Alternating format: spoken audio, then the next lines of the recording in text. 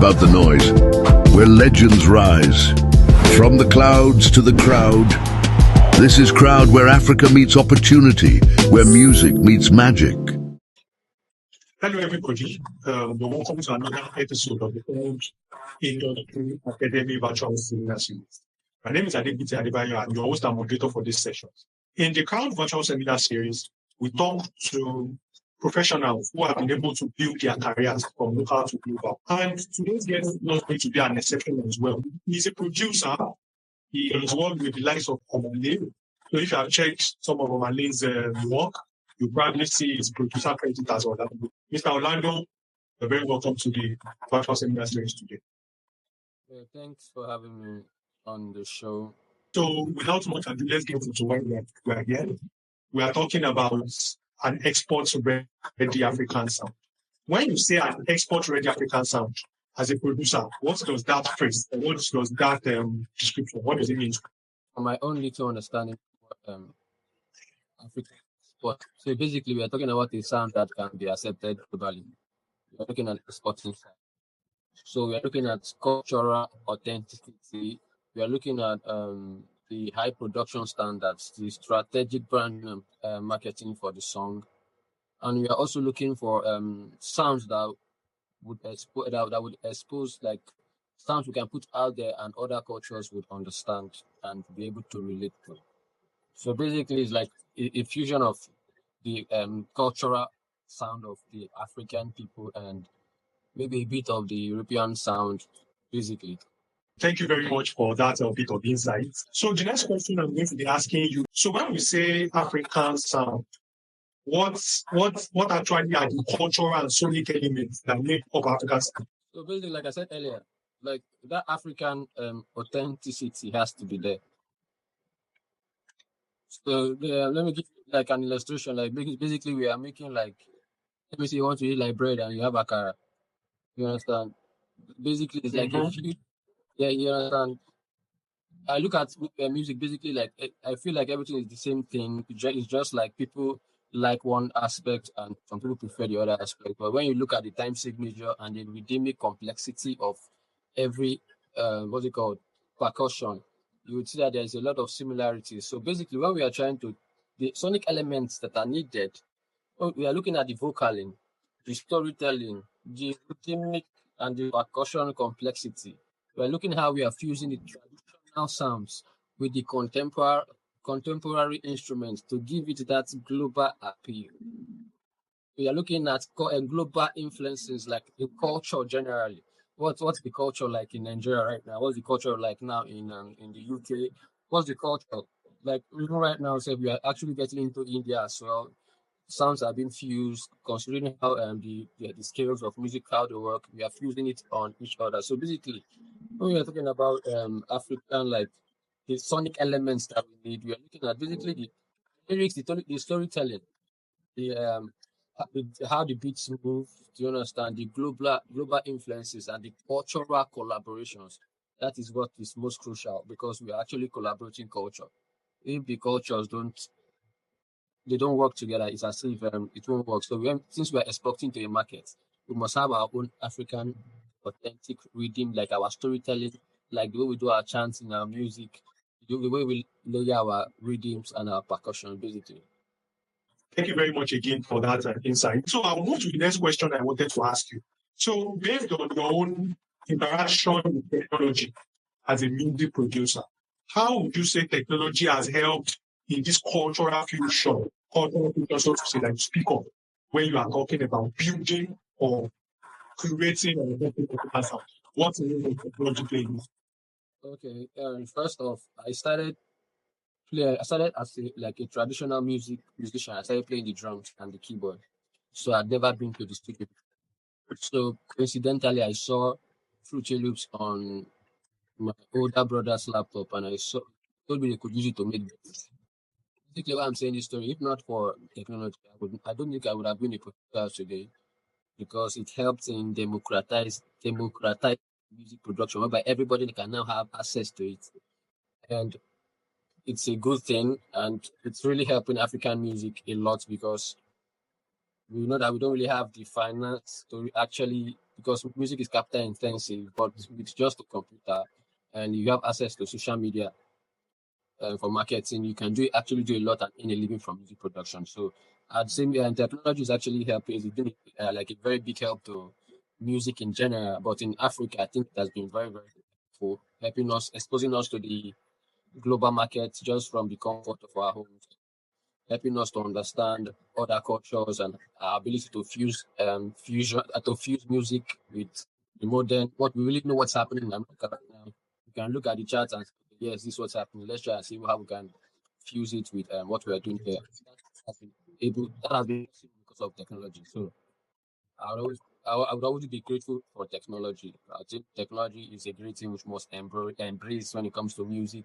And with the birth of AI, music AI is making music more easy to produce, learning faster. It has made learning faster. So basically, I think technology has been a very plus to African music in general. Thank you very much for that frank bit of insight. My question is going to actually be around that concept or that topic, and it's going to be that what challenges do you think African producers face when they are trying to create an authentic African sound that can be exported? What are challenges that they face that you face? Basically, I wouldn't want to put finance as the first thing, but music is capital intensive, so a lot of people can't really have access to getting a laptop. Like if I work on the streets, like I was actually a privileged child to actually have a laptop when I was growing up. Like I don't think anybody on our streets had a laptop. So basically, if they had the same time I had a laptop, they probably might be doing something else. Like some probably have been into music production also. So a lot of Africans don't really have that finance to get that laptop, to get the training, to get the understanding of how intellectual property actually works. There's piracy, there's culture, and a lot of barrier when it comes to when it comes to finance in the African market. So basically, what I would say is if a proper structure for training, grooming artists can be put in place, because I still feel like let me say, basically, Nigerian music market is still very much independent on the thing. But if we can have like a proper system, infrastructures in place to develop talents, not just musicians, we're talking about people that are into art, also singers, not just producers, not just even people into marketing, groom them to that structure of building a strong base for music. You understand? So basically, the major thing producers they face from Africa is financing. You understand? Because a lot of the tools they are making out for music are quite expensive. Some plugins are $1,000. I can bet you like 98% of Nigerian producers version of what's it called softwares we use in making beats. Okay, thank you very much again for that insight. So, that's also part of what we are doing now. We're trying to build an infrastructure for industry professionals, especially the ones that are backwards, the ones that are like back facing, who are not front facing, who are not artists.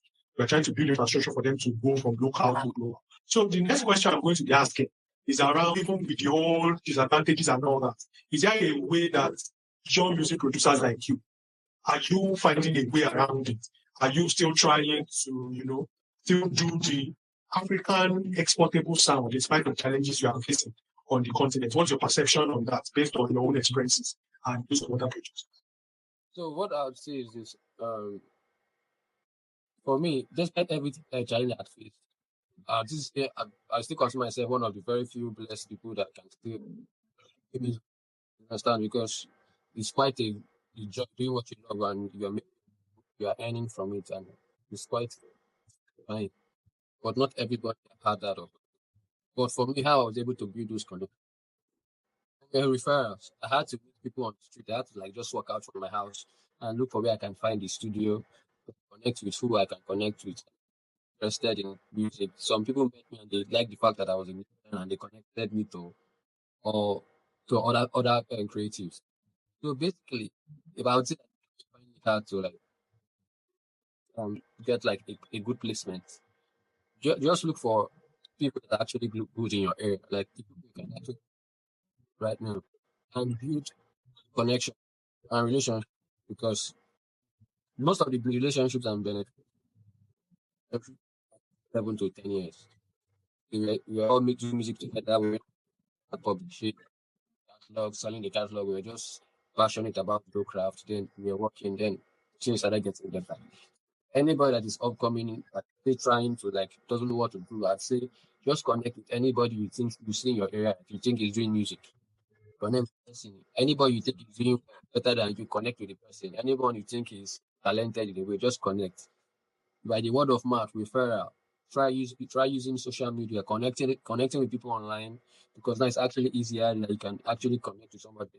The creative in America, those relationships they still help. They might not bring results like immediately, but building those relationships actually help because I think that's what has helped me this far. Just relationship and building creative, basically.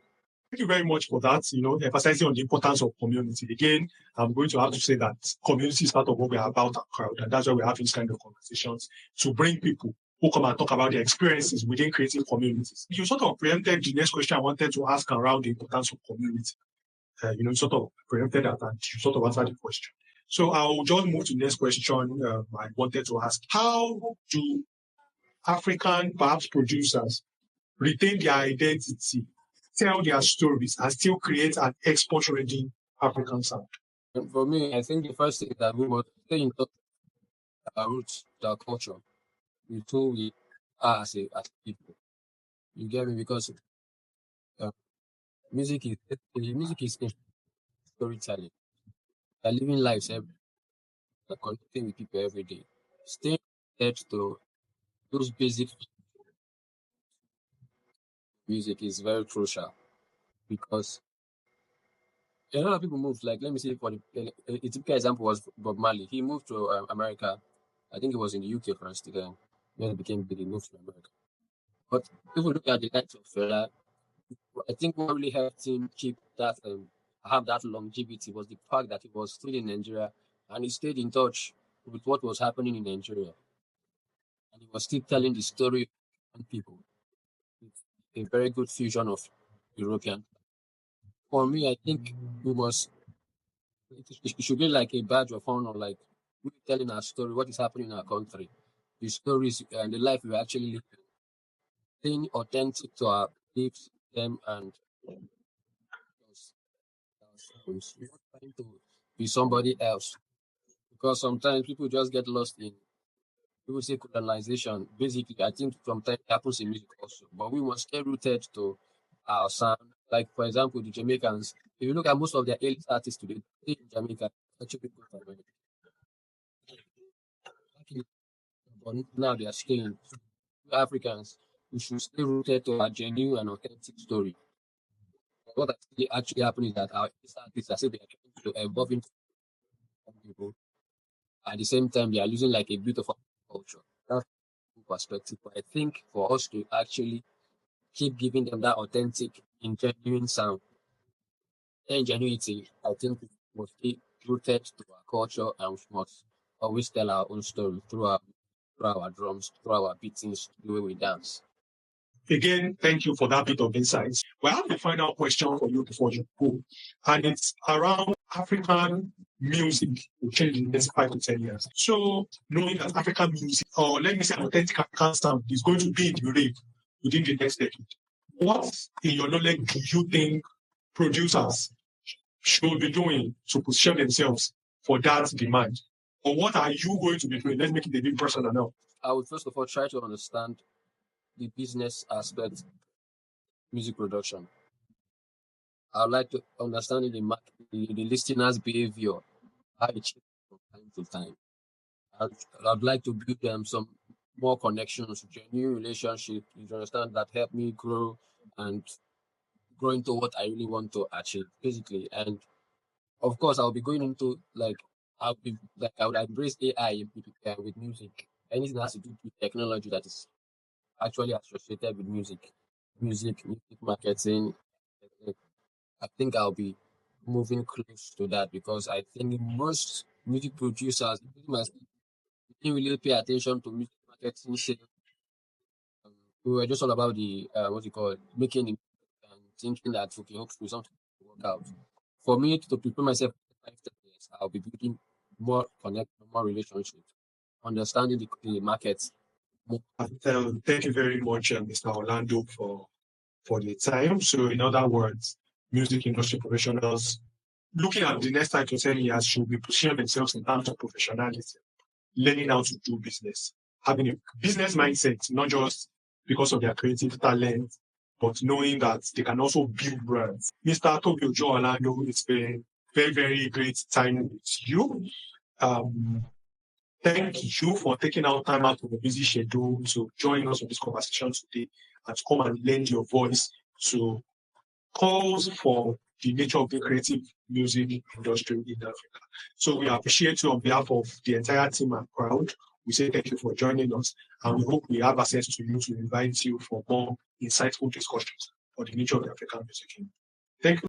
There you have it. We have been on the Crowd Virtual Seminar Series, another episode with a music industry professional in person of Orlando. Orlando, as I mentioned before, has won the likes of Orlandoh and K-Style and plenty production credits with artists both in Nigeria and all around the world. On our platform, www.crowd.com, we have a place where you can profile yourself, share your experiences, share your work, and you will draw the attention of music brands or music organizations from across the world who are willing to work with you, who are willing to help you, propel your brand from local to global superstar. So what are you waiting for? Get on www.crowd.com today and start profiling yourself. So once again, it's been a very, very great time on the Crowd Africa Virtual Seminar Series. My name is Akinbuti Adebayo, I'm the host. And let me remind you once again that you can now go and follow us on Crowd Africa on all social media platforms, mainly X, IG, Facebook, and LinkedIn.